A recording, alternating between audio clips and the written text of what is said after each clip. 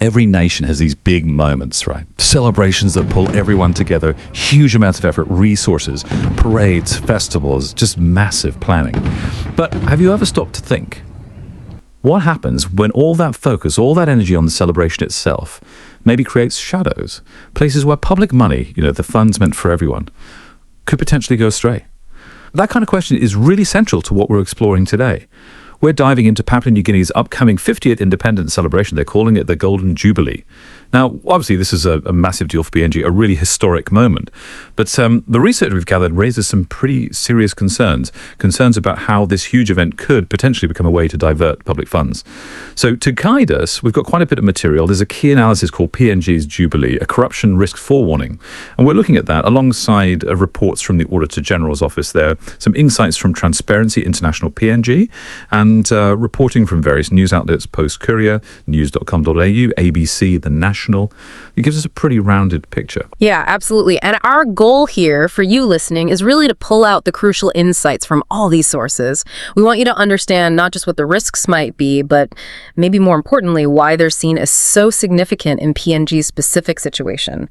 And critically, what practical steps are actually being talked about right now to try and, manage these risks. The idea is to help ensure the Jubilee really is about national integrity, not an opportunity for something else. Okay, so let's paint the picture of the Jubilee itself. Right. It sounds huge.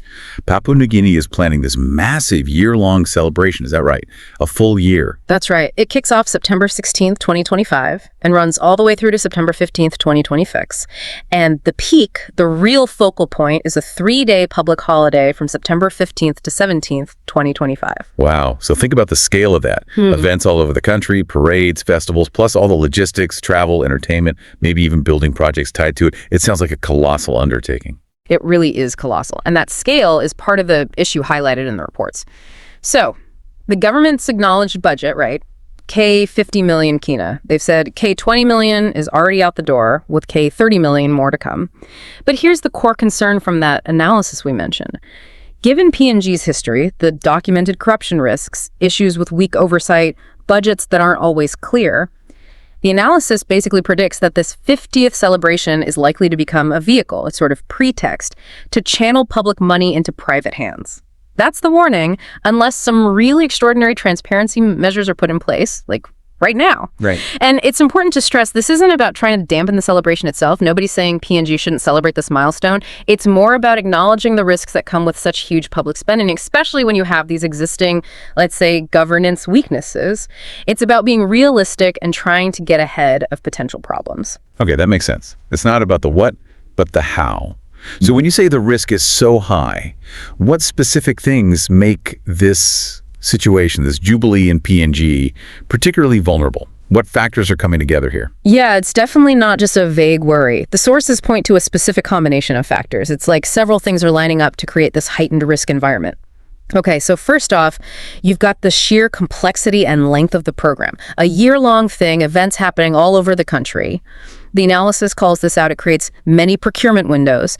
Every single parade, festival, logistical need, think tenders, contracts, cash advances. Each one is a potential point where things could go wrong.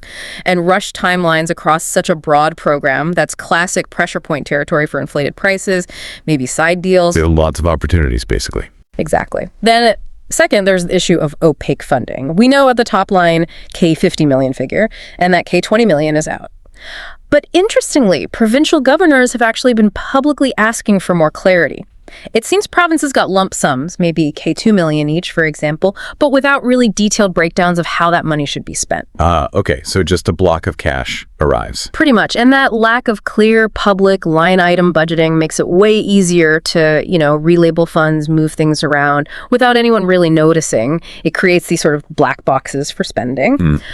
A third really critical point is the state of the institutions meant to prevent this stuff.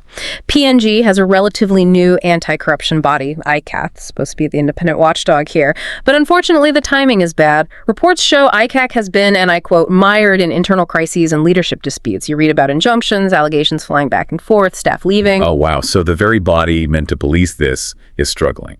Exactly. These internal problems seriously weaken its ability to effectively monitor high-risk spending, especially during something as big and fast-moving as the Jubilee. It's like The watchdog is distracted, maybe even sidelined when you need it most. Right. And this isn't happening in a vacuum, is it? There's a broader context. Precisely. This plays out against a backdrop of what the sources call systemic corruption. If you look at PNG's 2024 Corruption Perceptions Index score, it's 31 out of 100. That ranks at 127th out of 180 countries. That's not great. No, it's not. It reflects what experts call a deep-seated, entrenched risk in how public money is handled. Transparency International PNG has even specifically said that ICCAC's independence is vital to restore trust, which kind of hints at the current fragility, doesn't it? Yeah, it does. And you see echoes of this elsewhere. The Auditor General's report from 2022, which came out last year, flagged, quote, high rates of qualified, adverse, and disclaimer opinions for government bodies they audited. In plain English, that means auditors found serious problems, weak financial controls, records missing, basically conditions consistent with the possible misuse of public funds. So the official audits are already raising red flags about controls. Yes, consistently. And when you have that kind of environment, big pots of money for celebrations become what the analysis calls soft targets. They're just easier to exploit if the controls aren't there. Okay. And one last factor, maybe a bit more subtle, the government has set aside that 3-day public holiday, encouraging a really packed calendar around the main date, September 16th, 2025. Which is great for national spirit, obviously. But the side effect is that public focus inevitably shifts to the celebrations themselves, not the nitty-gritty of who got paid what for which service. Right. Everyone's caught up in the event. Exactly. And that celebratory atmosphere can inadvertently provide the perfect cover for questionable dealings to slip through unnoticed. Attention is just focused elsewhere. Wow. Okay, so it really is a convergence of factors. The scale, the opaque money flows, weakened watchdogs, the systemic backdrop, past audit issues, and even the celebratory distraction. It's not just one thing. That's the key takeaway. It's the combination that elevates the risk so significantly here. So this is where it gets really interesting for you listening. We've talked about the risk of diversion, but what does that actually look like in practice? How might some of that K50 million intended for the Jubilee actually end up, in private hands? That's a really important question because the sources don't just talk theory. They give concrete examples based on patterns seen before, things the Auditor General and Transparency International have warned about in PNG. Okay, like what? Well, first, a really common one is overpriced contracts. Think about everything needed for big events. Staging, sound systems, catering, transport, places for people to stay. Funds can be siphoned off if contracts for these things are given to, let's say, connected firms at prices way above what they should be. The extra cash just vanishes into the vendor's pocket, or perhaps gets split, disguised as a legit cost. So paying too much, basically. Paying way too much, often deliberately. Second, related to that, is cost escalation using change orders. So a contract might start off looking okay, reasonably priced, but then after it's awarded, you get these change orders or scope creep, little additions, modifications that can be used to massively inflate the final cost way beyond the original agreement. Sometimes legitimately, but often without proper checks or justification. The old add-ons trick. Kind of, yeah.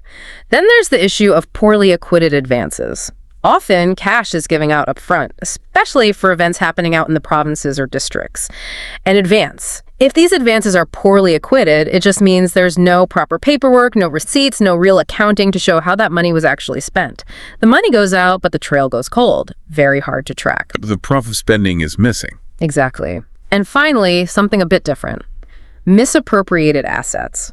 Funds might be allocated to buy things, maybe vehicles, computers, equipment, officially listed under the Jubilee budget. But then, once bought with public money, these assets get repurposed privately. They end up being used for personal benefit, not for the public purpose they were supposedly bought for. Public funds effectively converted into private property. Right. So using the Jubilee budget to buy personal stuff. Essentially, yeah. So when you pull these examples together, you can see how that stark conclusion in the analysis makes sense. Big pot of money, plus many small contracts, plus weak oversight, plus poor audit history, high probability of diversion. It's not just guessing, it's a prediction based on observed patterns and the current signals about governance in PNG. Okay, those examples make the risk much more tangible. So with these potential pathways for diversion laid out so clearly, the obvious next question is, what can actually be done? What practical, specific actions are being suggested now to try and prevent this, to ensure the Jubilee funds are actually used for the celebration? Right, because just pointing out problems isn't enough, is it? And the good news is the sources we looked at are quite specific about solutions. They propose several actionable recommendations, basically demanding extraordinary transparency measures. Okay, what kind of measure? Well, the first big one is a call for live line item budget publication.